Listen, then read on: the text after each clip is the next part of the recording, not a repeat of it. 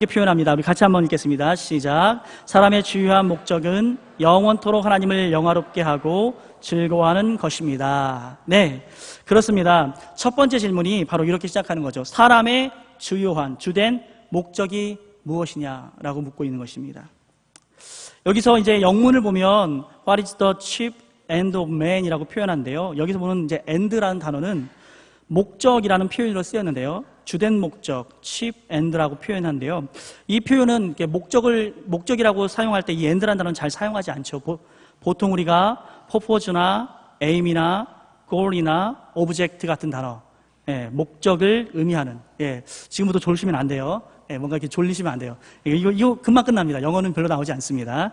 네. 그런데 여기서 오늘 end라는 단어를 사용하는 것은 왜일까요?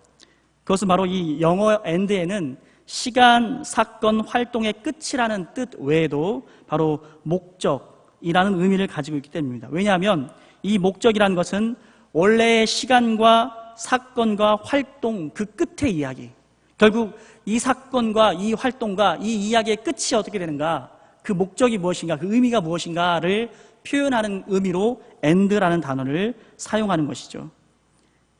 그래서 결국 이 모든 사건과 시간과 활동의 이야기의 끝에 있는 결과물이 무엇이냐, 즉 인생의 삶에 있어서의 마지막 결과물이 무엇이냐, 무엇을 목적으로, 무엇을 결과물로 살아야 하느냐라고 질문하는 것이죠. 거기에 답은 오늘 명확하게 성경과 이 웨스트민스터 소요리 문답은 이렇게 확연하게 말하고 있습니다. 사람의 주된 목적은 영원토록 하나님을 영화롭게 하고 즐거워하는 것입니다. 아멘.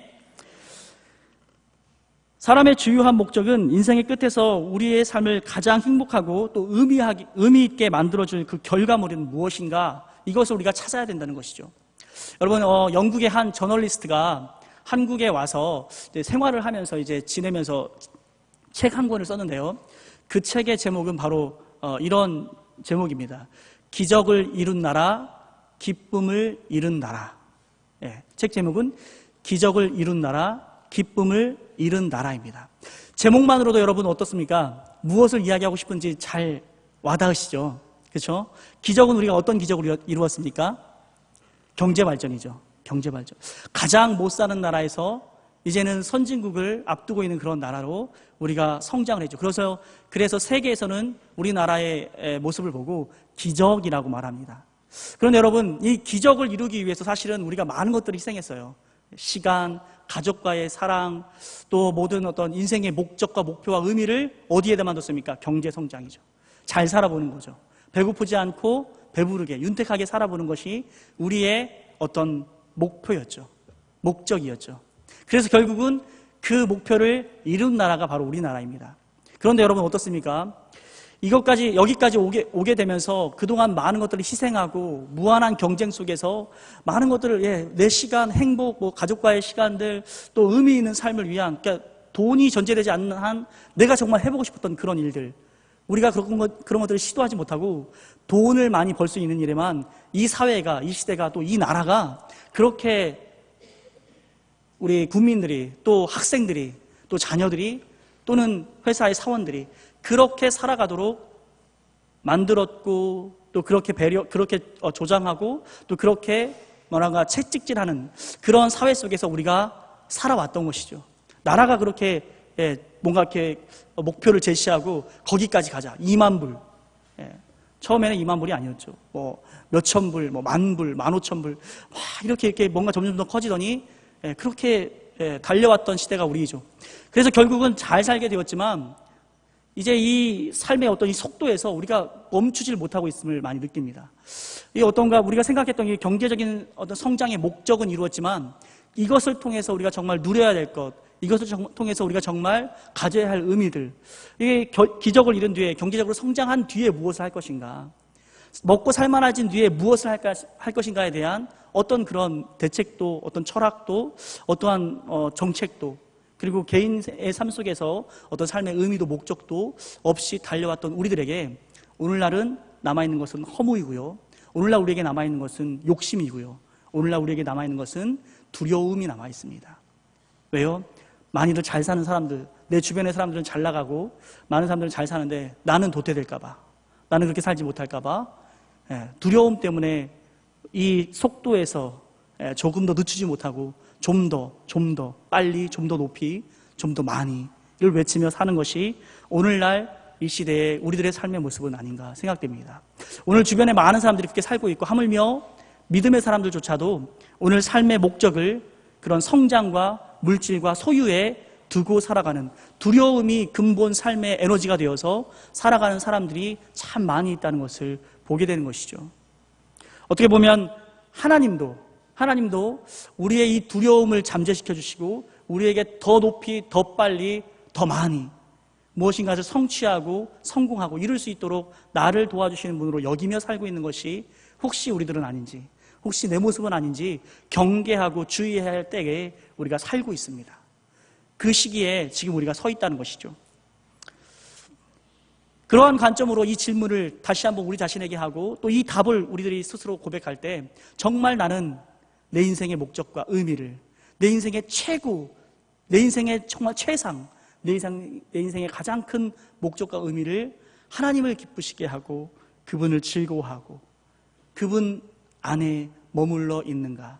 우리가 이 고민과 이러한 삶의 노력들이 없이 신앙생활을 한다면 결국 우리도 세상에서 두려움이 에너지가 되어 살아가는 많은 사람들의 삶의 모습과 다를 수 없다는 것을 인정해야 된다는 것이죠. 오늘 이 본문을, 오늘 이 질문을 나누면서 말씀 속에서 또 그리고 오늘 이 시간에 이 나누어지는 말씀 안에서 우리가 정말 왜 이렇게 하나님의 귀한 은혜를, 또 하나님 한 분만을, 그분과의 인격적인 교제와 관계를 정말 붙잡아야 되는 사람들인지 깨달아가고 또 우리의 마음에 새겨질 수 있기를 소망합니다.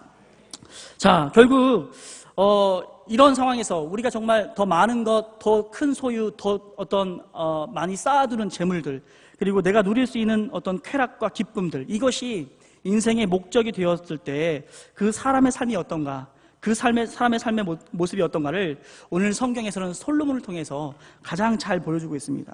전도서에는 인류 역사상 가장 지혜로웠던 왕인 솔로몬의 이야기가 나오죠. 솔로몬은 자신의 삶을 이모저모 살펴보며 궁극적 의미를 추구했습니다. 그는 한 나라의 왕으로서 막강한 권력을 가지고 마음에 원하는 모든 걸 다 해봤죠. 모든 걸 다 해봤습니다.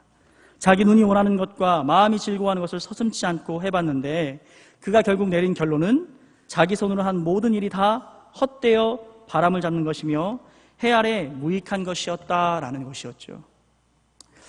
어느 노교수가 캠퍼스를 거닐다가 그 바삐 정말 급하게 가고 있는 한 학생을 붙잡게 되었습니다. 그래서 그 바삐 걸음을 재촉하는 그 학생에게 이렇게 질문했어요. 학생, 대체 어딜 그렇게 바쁘게 가나? 그랬더니 그 학생이 하는 말이 도서관에 갑니다. 그러는 거죠. 그래? 도서관은 왜 가나? 그렇게 물었더니 당연한 걸 이렇게 질문하니까 이 학생이 의아하다는 듯이 이렇게 갸우뚱하면서 공부하러 가죠. 그러는 거죠. 공부해서 뭐 하려고 그러나? 그랬더니 공부해서 대학 졸업하고 취직해야죠. 그러는 거예요. 그래? 그럼 취직해서 뭐 하나? 취직해서 돈 모아서 집도 사고 결혼도 하고 차도 사고 그래야죠. 그래, 그럼 결혼해서 자식 낳고 차 사고 집 사고 그런 다음에 뭐 할 건가? 늙어가겠죠. 그리고 죽겠죠. 그러면서 이 노교수는 말합니다. 자네가 그렇게 열심히 도서관을 향해서 정말 옆도 보지 않고 가는 이유는 죽기 위해서구나 라고 이야기하는 것이죠.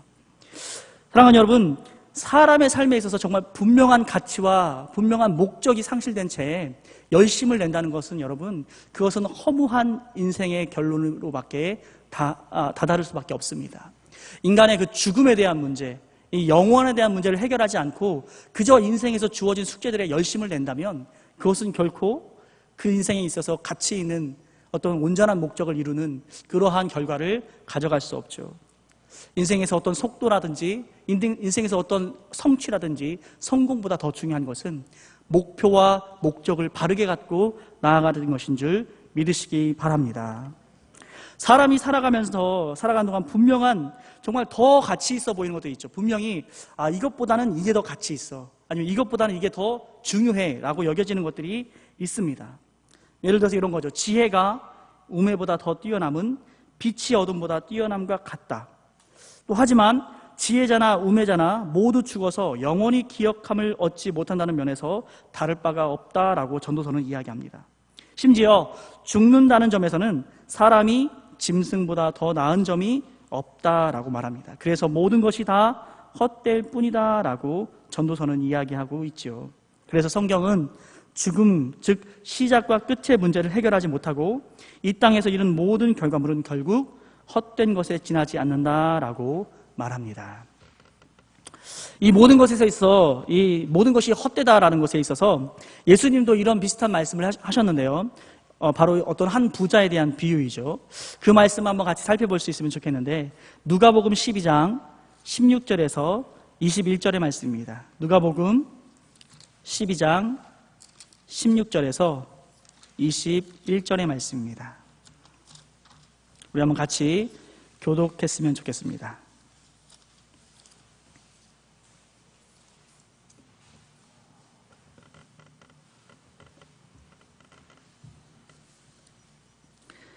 누가복음 12장 16절에서 21절의 말씀 함께 교독하겠습니다. 또 비유로 그들에게 말하여 이르시되 한 부자가 그 밭에 소출이 풍성하매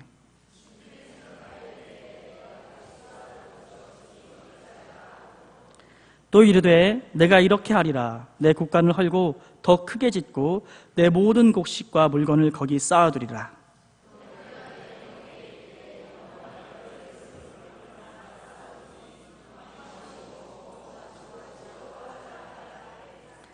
하나님은 이르시되 어리석은 자여 오늘 밤에 내 영혼을 도로 찾으리니 그러면 내 준비한 것이 누구의 것이 되겠느냐 하셨으니 재물을 쌓아두고 하나님께 대하여 부요하지 못한 자가 이와 같으니라 라고 말씀하셨습니다.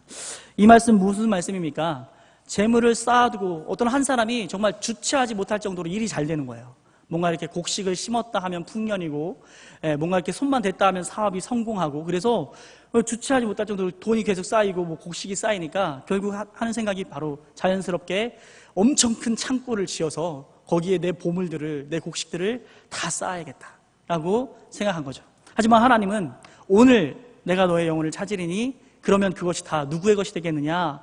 그래서 재물을 쌓아두고 하나님께 대하여 부요하지 못한 자가 이와 같이 어리석다라고 표현하죠. 바로 이 본문은 사실 여러분 어떤 배경에서 나왔냐면 이 무리 중에서 한 사람이 부모님의 유산을 나눠야 되는데 자기 형이 욕심을 부리고 자기에게 줄 것을 합당하게 줄 것을 주지 않아서 예수님께 찾아와서 내 형에게 좀 말 좀 해달라고, 부모님 재산을 좀 공평하게 나누어야 된다라고 가르침을 좀 주시라고 부탁하는 장면 뒤에 나온 말씀이 바로 이 말씀입니다. 그러니까 예수님의 의미는 뭡니까? 예수님은 어떤 부를 공평하게 분배하거나 또 어떤 사람들에게 성공이나 어떤 물질적인 축복이나 어떤 사업의 성공을 위해서 오신 분이 아니라는 거죠. 예수님은 하나님을 알게 하시기 위해 오신 줄 믿습니다. 예수님은 하나님 안에 있는 그 풍성한 영적인 축복과 은혜와 하나님과의 관계와 그 교제가 회복될 때 주어지는 그 풍성한 능력과 은혜, 하나님의 사랑을 회복하게 하기 위해서 이 땅에 오신 줄 믿습니다. 그러니까 인생에 있어서 가치가, 인생에 있어서 기쁨이 부의 소유가 아니라 하나님과의 관계에 있음을, 하나님을 알아가는 것이 더욱 귀한 가치인 것을 이 사람이 깨닫게 되기를 원하셔서 말씀하신 비유인 것이죠. 많은 사람들이, 그런데 여러분 오늘 이 예수님을 찾아왔던 이 한 남자와 같이 살아갑니다. 인생의 의미를 잘 모른 채 삶의 의미에 대한 진지한 성찰이 없고 또 죽음의 의미에 대한 정체, 죽음이 정말 뭔가, 죽음이 정말 어떤 의미인가에 대해서도 생각하지 못하고 살아가죠. 인생이 어디서 어떻게 왔는지에 대해서도 생각해 볼 기회가 없습니다. 그냥 사람들은 태어난 김에 어차피 태어났으니까 잘 먹고 잘 살고 굵게 똥 싸면서 정말 굵게 한번 싸면서 그렇게 한번 살아봐야겠다. 그게 인간의 어떤 욕망이고 그들이 소망하는 것이죠. 하지만 그 인생이 정말 그 기원, 어떻게 그 인생이 시작되었고 그 인생의 정체가 어떻게 되어지는지, 우리의 인생의 결론이 어떻게 될지에 대해서 확인해 볼 생각, 이런 생각을 갖지 못하며 살아가는 것들이 바로 우리 인생들의 모습인 것입니다. 이에 대해서 성경은 만물의 기원과 유지와 또 영원성의 열쇠가 하나님께 있다고 말하고 있습니다. 하나님은 만물의 기원자이자 유지자인 동시에 목적이신 분이시죠. 또 하나님을 영원토록 영화롭게 한다는 것은 이 사실을 알아 삶의 모든 영역에서 하나님을 인정하고 찬양한다는 의미입니다. 그래서 여러분, 우리는 오늘 우리의 삶의 결과, 우리의 삶의 온전한 목적이 무엇인가라고 물을 때에 하나님을 영원토록 영원롭게 하며 또 하나님께서 모든 유지자, 또 창조의 기원자, 또 목적, 우리의 삶의 목적인 것을 바로 알아 그분을 인정하고 찬양하는 것, 이것이 바로 사람의 본분이며 삶의 목적인 것을 깨달아야 할 줄 믿습니다. 오늘 이 시대를 살아가는 많은 성도들이, 또 특별히 정말 기적을 이루었지만 기쁨을 잃은 이 나라가, 이 민족이, 이 세대가 회복해야 할 것은 바로 이 하나님과의 풍성한 관계, 이 우리를 지으시고 우리를 인도하고 또 우리의 삶의 영원한 인생, 영원한 삶, 영원한 천국을 주시는 하나님, 그 하나님을 아는 것이 오늘 이 나라에, 또 온 세계 가운데, 인류 가운데 필요한 일인 줄 믿습니다.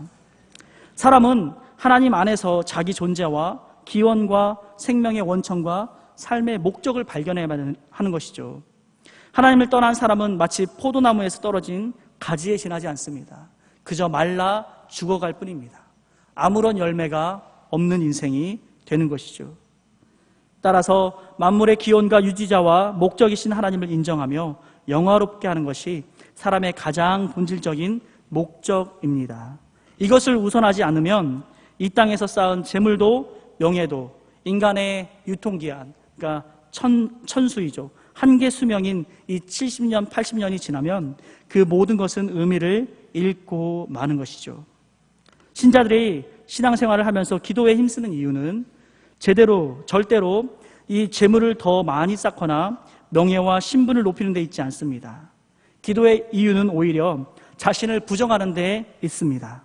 참된 기도는 만물의 기원과 목적과 의미이신 영원하고 무한하신 하나님께 모든 영광을 돌리고 완전하신 하나님이 우리에게 주신 모든 기쁨과 아름다움과 사랑을 즐기고 누리는 데 있는 줄 믿으시기 바랍니다. 이것이 바로 우리 가운데 살아가는 우리가 삶에 있어서 정말 중요하고 필요한 것이지요. 그래서 여러분, 우리가 기도할 때도 사실은 이런 기도를 많이 해요. 우리도 어느 순간 모르게 사실은 내 행복에 관심이 많죠. 내 행복에 관심이 많아서 내게 필요한 건강, 내게 필요한 물질, 내게 필요한 성공, 내게 필요한 어떤 필요들을 우리가 추구할 때가 많이 있습니다. 그런 모든 필요들을 채워주면 어때요? 하나님이 나를 사랑하시고, 이런 필요들이 자꾸 잘 채워지지 않으면 하나님이 내게 관심이 없으시고 나를 사랑하지 않는다라고 여길 경우가 참 많죠.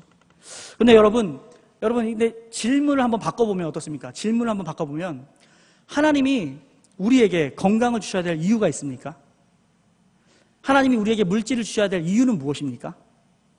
하나님이 우리에게 오늘 이 하루의 생명을 허락하시고 내일도 살게 하신다면 하나님이 우리에게 생명을 허락하셔야 될 이유가 있습니까? 하나님이 내게 그런 것들을 주셔야 될 이유가 있나요? 한번 자신의 삶을 생각해 보세요. 왜 하나님이 꼭 나에게 생명을 주셔야 됩니까? 왜 하나님이 꼭 나에게 건강을 주셔야 되나요? 왜 하나님이 꼭 나에게 필요한 물질들을 허락해 주셔야만 합니까? 왜인가요? 여러분, 그 왜라는 질문에 오늘 이 대답을 자랑스럽게 또는 당당하게, 담대하게 할 수 있어야 되는 것이죠. 무엇이냐면 하나님의 영광을 위하여입니다. 하나님을 영화롭게 하기 위하여입니다. 여러분에게 건강이 필요한 이유, 여러분에게 물질이 필요한 이유, 여러분이 결혼을 해야 되면 결혼을 해야 되는 이유, 여러분이 성공해야 된다면 성공해야 되는 이유, 여러분의 생명이 붙어 있어야 된다면 그 호흡이 있는 이유는 무엇입니까? 하나님의 영광을 위하여인 줄 믿습니다. 그것이 바로 되어야죠. 그것이 바로 먼저인 것입니다. 우리는 하나님 앞에서 사람의 어쩔 수 없는 한계와 부족함을 철저히 인식하고 오직 하나님께만 참된 존재와 생명과 의미가 있는 줄을 알아서 하나님을 철저히 인정하고 감사하고 찬양하며 살아가야 되는 것이죠. 사람은 그저 유한한 피조물에 지나지 않습니다. 사람이 먼저가 아니라 하나님이 먼저인 것이죠. 사람의 행복이 먼저가 아니라 하나님의 존재와 영광이 먼저 되어야 됩니다. 우리는 이렇게 자신을 철저히 부정하며 하나님의 영광을 위한 삶으로 내 삶이 드려지고, 또 정말 내가 살아야 있어야 된다면, 내가 건강해야 된다면, 내게 물질이 필요하다면, 내가 결혼해야 된다면, 그 모든 이유는 하나님의 영광이 될 때 우리는 참된 목적에 맞게 살아가는 인간인 줄 믿습니다. 그때야 비로소 우리는 모든 것의 근원이시며 만물을 영원히 붙드시는 하나님으로 인해 영원한 존재감과 참된 의미를 얻게 되는 것이죠. 거기에 의미가 있습니다. 하나님을 영화롭게 하며 누리는 기쁨, 하나님을 영화롭게 하며 누리는 감사함, 찬양, 그분으로 말미암는 풍성한 사랑, 이것이 바로 우리가 삶을 살아가는 온전한 목적과 의미 되는 것이죠. 한편 사람이 하나님을 영원토록 즐거워한다는 것은 사실 세상의 모든 일에 비참함이 동반된다는 사실을 아는 것이기도 합니다. 세상의 모든 일에 비참함, 여러분, 이 세상의 모든 일에 비참함이 있다면 그 비참함은 무엇입니까? 뭐냐면 모든 것이 다 퇴색된다는 거예요. 모든 것이 다. 예, 모든 것이 다. 여러분, 중국 속담에 이런 속담이 있죠. 하루를 행복하고 싶다면 옷을 사고요. 한 달을 행복하고 싶다면 집을 사라고 합니다. 그리고 여러분, 1년을 행복하고 싶으면 뭘 해야 될까요? 1년을 행복하고 싶으면 결혼을 하라고 합니다. 결혼을. 그리고 평생을 행복하고 싶다면 남을 도우라라고 하는 그런 속담이 있어요. 그러니까 여러분, 옷을 사서 기쁜 건 하루입니다. 그죠? 그리고 집을 사서 기쁜 건 한 달이에요. 결혼을 하면 1년이 기쁘대요. 저는 1년 동안 많이 싸워서 기쁜지는 잘 모르겠던데, 이렇게 정말 적응하느라 많이 싸우게 되더라고요. 힘들었어요. 그런데 여러분, 평생을 행복하고 싶을 때는 남을 돕는, 또는 제가 생각할 때 이 중국 속담 약간 바꾸면 정말 평생 영원히 행복하고 싶으면 하나님을 섬기고 그분을 영화롭게 하는 삶이 되어야 되는 줄 믿습니다. 바로 이런 모습인 거죠. 모든 일에 하나님 안에서의 의미를 두지 못하면, 하나님 안에서의 영원한 삶에 대한 의미를 갖지 못하면 모든 것이 다 유한하고요, 그 기쁨도 퇴색되고요, 모든 것이 영원한 것이 없습니다. 그렇기 때문에 비참한 거예요. 아무리 좋은 것을, 아무리 많은 것을, 아무리 정말 내가 이것만 있으면 되겠다, 이것만 있으면 내 여한이 없겠다, 내 인생 활짝 핀다라는 걸 가져보면 그것이 내가 원하던, 내가 추구하던 그 기쁨이 아니라는 것이죠. 거기에 인간의 비참함이 있습니다. 그러나 하나님은 이 세상에 존재하는 모든 쾌락이나 행복에는 단조로움과 한계가 있지만, 세상의 모든 일은 반복되어서 그 색이 바래지지만 오직 영원하신 하나님만이 참된 기쁨과 평안을 샘솟게 하는 마르지 않는 근원이신 줄 믿으시기 바랍니다. 오직 이 하나님을 즐거워하는 것만이 삶의 깊이와 넓이를 더하며 끝없는 기쁨과 행복을 우리에게 안겨자 주는 것이죠. 이것을 바로 우리가 온전히 붙잡고 이 믿음으로 우리가 신앙생활을 해야 되는 줄 믿습니다. 이 하나님을 섬기는 데 있어서, 이 하나님을 기뻐하고 이 하나님께 영화롭게, 이 하나님을 영화롭게 하는 일에는 이 바로 삶과 우리 신앙의 이 원리와 내용이 중요합니다. 이 신앙의 원리는 어떤 것입니까? 이 신앙의 내용은 또 무엇입니까? 오늘 다윗의 고백을 한번 같이 읽어볼 수 있으면 좋겠는데, 시편 16편입니다. 시편의 16편 5절에서 11절 말씀을 함께 교도하겠습니다. 시편 16편 5절에서 11절의 말씀입니다.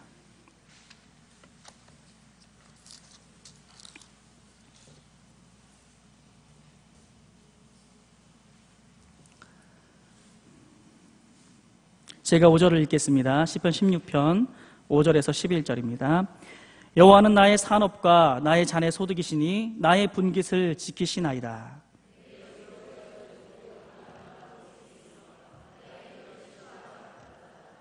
나를 훈계하신 여호와를 송축할지라 밤마다 내 양심이 나를 교훈하도다.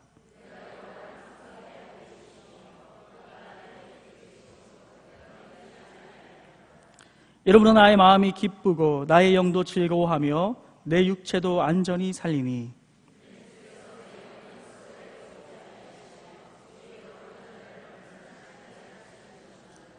함께 읽겠습니다. 주께서 생명의 길을 내게 보이시리니 주의 앞에는 충만한 기쁨이 있고 주의 오른쪽에는 영원한 즐거움이 있나이다. 아멘. 어떤 사람들은 마치 인간이 하나님을 만들어낸 것처럼 행동하는 경우가 많습니다. 하지만 하나님은 사람이 살아가는데 필요해서 믿어주는 그런 대상이 아닙니다. 사람을 위해 하나님이 존재하는 것도 아니지요. 하나님은 사람의 행복과 성공과 번영을 위해 존재해야만 할 것 같은 그런 분이 아니십니다. 오늘 다윗이 표현하는 것처럼 하나님은 우리의 영원한 산업이고 소득이고 나의 분기시며 그분께서 우리에게 허락하신 삶의 구역들은 아름다운 곳이며 우리의 기업이 실로 아름답다라고 다윗은 표현하고 있습니다. 나를 훈계하신 여호와를 송축할지라 밤마다 내 양심이 나를 교훈하고 내가 여호와를 항상 내 앞에 모시며 그가 나의 오른쪽에 계심으로 내가 흔들리지 아니하고 또 이러므로 나의 마음이 기쁘고 영도 즐거워하며 내 육체도 안전히 산다라고 표현하고 있습니다. 그러면서 마지막 11절에 보니 생명의 길을 내게 보이시고 주의 앞에는 충만한 기쁨이 있고 주의 오른쪽에는 영원한 즐거움이 있나이다 라고 말하며 자신의 신앙을 고백하고 있지요. 하나님은 바로 그렇습니다. 하나님이 사람의 행복이나 사람 자신보다 먼저이시고 사람은 그 하나님을 위하여 존재하는 존재이며 사람의 존재와 삶의 시작과 끝이 하나님이고 삶의 목적과 의미 또한 하나님께서 온다는 것을, 하나님께로부터 온다는 것을 다윗은 고백하고 있는 것이죠. 사람이 이 땅을 살아가며 받을 수 있는 가장 큰 상급이 무엇일까요? 과연 영원토록 퇴색하지 않는 의미의 상급이 있을까요? 그것은 오직 하나님, 그 믿음의 조상 아브라함에게 두려워하지 말라, 나는 내 하나님이요 너는 너의 지극히 큰 상급이라 라고 말씀하셨는데, 바로 하나님 자신이 우리의 가장 큰 상급이고 우리의 가장 큰 의미이고 목적이며 기쁨이라고 하나님 스스로 우리에게 자기를 소개하고 계십니다. 하나님은 하나님 자신을 우리에게 그 큰 상급으로 주시고 계십니다. 우리는 무엇을 하든 어디에서 어떻게 존재하든 하나님이 우리의 모든 것이 되는 줄 알고 그에 따라 생각하고 행동해야 할 줄 믿습니다. 하나님은 삶의 원리와 목적과 내용과 우리의 의미가 되시지요. 또 하나님에 대한 철저한 의존과 경배의 태도로 살아갈 것을 성경과 웨스트민스터 소요리 문답은 우리에게 오늘 가르치고 있습니다. 오늘 사랑하는 성도 여러분, 이 바로 하나님만이 우리의 어떤 최고의 목표와 어떤 우리의 최고의 가치와 마지막 목적이 된다는 것을 우리가 늘 기억하고 살아야 되는 것을 오늘 성경은 또 웨스트민스터 소요리 문답의 제1문에서는 우리에게 강하게 외치고 있습니다. 오늘 여러분 서두에 제가 얘기했던 것처럼 기적을 이룬 나라, 기쁨을 이룬 나라, 그 나라가 지금 우리나라인데 내 어떤 영혼의 모습, 내 삶의 모습은 혹시 아닌지 우리가 오늘 이 문답을 통해서 잘 깨달아가고 자기의 모습을 볼 수 있게 되기를 소망합니다. 여러분, 히말라야에는 14개의 봉우리가 있습니다. 이 14개의 봉우리를 모두 오른 등산팀이 3개에 존재하는데요. 이 3개에 존재하는 14개의 봉우리를 다 오른 등산팀은 한 30개 정도의 팀이 된다고 합니다. 30개 정도. 그런데 그 30개 정도 팀 안에 우리나라의 팀도 많이 있습니다. 뭐 어몽기라든지 박영석이라든지 어떤 그런 그런 산악 대장들과 대원들이 포함되어 있죠. 특별히 또 우리나라는 되게 속도에 민감하고 빨리 정복하는 걸 좋아해서 다른 나라들보다 더 많은 팀들이 정복을 했어요. 그런데도 세계에서는 우리나라를 산악 선진국이라고 부르지 않습니다. 산악에 있어서 어떤 선두주자다, 아니면 어떤 산악에 있어서 인정받는 어떤 권위를 부여해 주지 않습니다. 왜냐하면 산악을 그 산 정상에 올라가는 과정이라든지 그 산 정상에 올라가는 어떤 올라가면서 치루어야 할 그런 대가들, 뭐 험난한 어떤 길을 통과한다든지 어떤 역경을 이루어낸다든지 이런 것들보다는 사실 최대한 활용할 수 있는 문명의 이기들, 뭐 산소통이라든지 헬기라든지 로프라든지 이런 것들을 이용해서 빠르게 정복하는데 많이 가치를 두고 어떤 그런 등반이 이루어지기 때문에 세계 등산가에서는 우리나라의 어떤 등반자들을 잘 인정하지 않는 그런 분위기가 있다는 거죠. 그런데 영국의 에드먼드 힐러리라는 사람은 1953년에 그가 세계적으로 처음으로 이 히말라야 14자 최고봉에 오르게 되었습니다. 그때 이 사람은 이제 처음 히말라야에 등반한 사람으로도 유명하지만 그 사람의 인격과 삶을 통해서 많이 보여준 배려와 어떤 그 인품을 통해서 많이 존경받는 사람입니다. 그에게 있었던 일화가 바로 이런 것입니다. 그를 도와서 함께 등반했던 이제 쉘파가 있었는데 이 텐징이라는 네팔 사람이었습니다. 이 텐징이라는 네팔 사람과 함께 그 히말라야 최고봉에 올랐을 때 그가 했던 말은 바로 이 말이었습니다. 너의 나라이니 네가 먼저 올라라. 그리고 나서 자기가 그 정상에 올랐지요. 그리고 나서도 네팔의 그 셰르파들과 또 네팔의 어려운 그 사람들을 돕는 일들, 그리고 그들에게 복지를 제공해 줄 수 있는 그런 일들에 많이 발벗고 나섰고, 그리고 많은 도움을 베풀었던 사람이라고 합니다. 그래서 많은 존경과 또 영국 그 여왕으로부터 자귀도 받았던 사람입니다. 그러면서 이제 좀 드는 생각들은 바로 그런 것이죠. 요즘 많은 어떤 사람들이 그 히말라야에 오르는데, 이 히말라야에 오른 사람들이 1년에 600명 정도가 된다고 합니다. 1년에 600명. 그 8,000m 이상의 고도의 그 산을 오르는 사람들이 1년에 600명입니다. 그런데 여러분, 대부분의 사람들이 어떻게 올라가냐면 헬기로 그 캠프까지 4,500m 정도의 고도에 있는 캠프까지 모든 장비를 다 날라주는 거예요. 그리고 나머지들을 올라가는데 가장 손쉬운 방법으로, 가장 손쉬운 루트로 올라가죠. 그래서 마치 그냥 이제 부자들이 누릴 수 있는 레크레이션 또는 어떤 여가 생활로 그렇게 그 높은 고도가 정복하는 것을 그렇게 여기는 것이죠. 물론 이렇게 싼 값은 아니죠. 수억 원의 돈을 지불만 하면 그 높은 고도의 산을 쉽게 오를 수 있게 되는 것입니다. 근데 여러분, 이 모습을 볼 때 여러분 어떻습니까? 오늘날도 많은 사람들이 쉽게 그 높은 고도에 오르는 것, 쉽게 성공하는 것, 쉽게 안락한 사람을 누리는 것, 쉽게 내가 목적하는 것들을 이루는 것에는 굉장히 많은 관심과 또 많은 어떤 물질을 투자합니다. 하지만 그것에 대해서, 그것을 얻기 위해서 차근차근 땀 흘리고 차근차근 가치 있게 온전한 목표를 갖고 자기의 성실한 모습으로 신실하게 다가가는 모습들은 많이 퇴색되어 있죠. 오늘날 신앙에서도 여러분 하나님을 섬기는데 하나님의 영광을 위한, 하나님의 기쁨을 위한, 하나님이 영화롭게 되기 위한 신앙생활보다는 내가 높아지는 일에 더 관심이 많고, 내 행복을 주어지는 분, 내게 건강을 주시는 분, 내 자녀를 이끌어 주시는 분, 내 삶에 필요한 분으로 우리가 하나님을 여기고 살아갈 때가 많습니다. 그 높으신 하나님을 마치 그 높은 산에 올라가는 사람들과 같은 마음으로 하나님께 다가가는 그런 어떤 모습들이 우리 가운데 있지 않은지 우리가 돌아볼 필요가 있습니다. 하나님을 영화롭게 하는 일은 삶의 전 영역에서 우리가 하나님의 뜻대로 하나님이 기뻐하심을 추구하며 하나님이 원하시는 것이 무엇인지를 추구하며 노력하며 살아가는 것인 줄 믿습니다.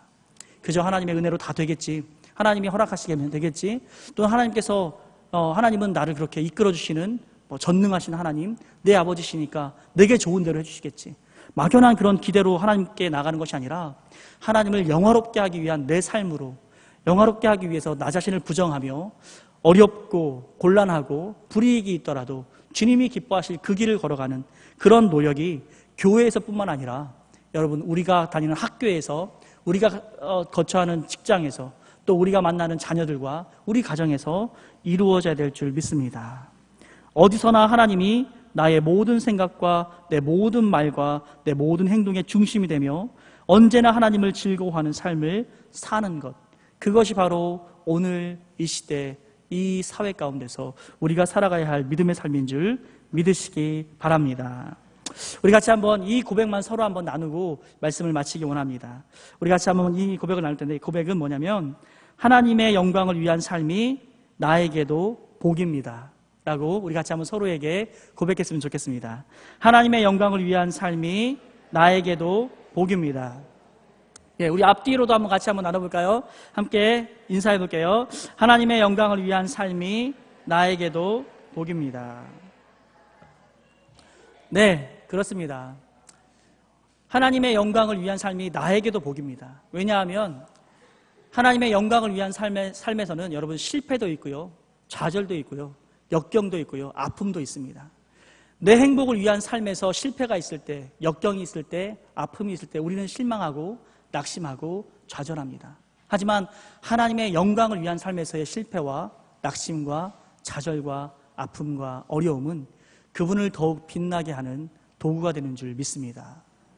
우리가 우리의 행복이 주인이 되는 그 인생에 서 있기 때문에 혹시 내 실패가, 내 아픔이, 내 슬픔과 내 낙심이, 또 내 어려움이 내 신앙의 발목을 잡는 그러한 걸림돌로 존재하고 있지는 않습니까? 하나님의 영광을 위해 살고자 하는 그 신앙을 회복할 때 고난을 보는, 실패를 바라보는, 또 내 삶의 역경을 바라보는 우리의 태도도 달라질 줄 믿습니다. 우리 온전한 태도로 하나님을 섬기며 하나님의 기쁨만을 위하여 살 수 있도록 내 인생을 주관해 주시고 내 삶을 인도해 주시기를, 내 신앙과 내 신앙의 목표와 목적이, 내 인생의 목적이 정말 하나님을 영화롭게 하고 주님을 기쁘시게 하는, 또 이 하나님의 영화로우신 이 하나님을 풍성히 누리고 즐거워하는 그 삶으로 나아갈 수 있도록 도와주시라고, 혹시라도 내게 퇴색되었던, 변질되었던 신앙의 모습들이 있었다면 그것들이 깨달아진다면 주님 앞에 회개하며 주님을 온전케, 새롭게, 또 아름답게 변화시켜 주시기를 이 시간 우리 간구하면서 나아갔으면 좋겠습니다. 우리 같이 기도하겠습니다. 존귀하신 아버지, 은혜를 감사합니다.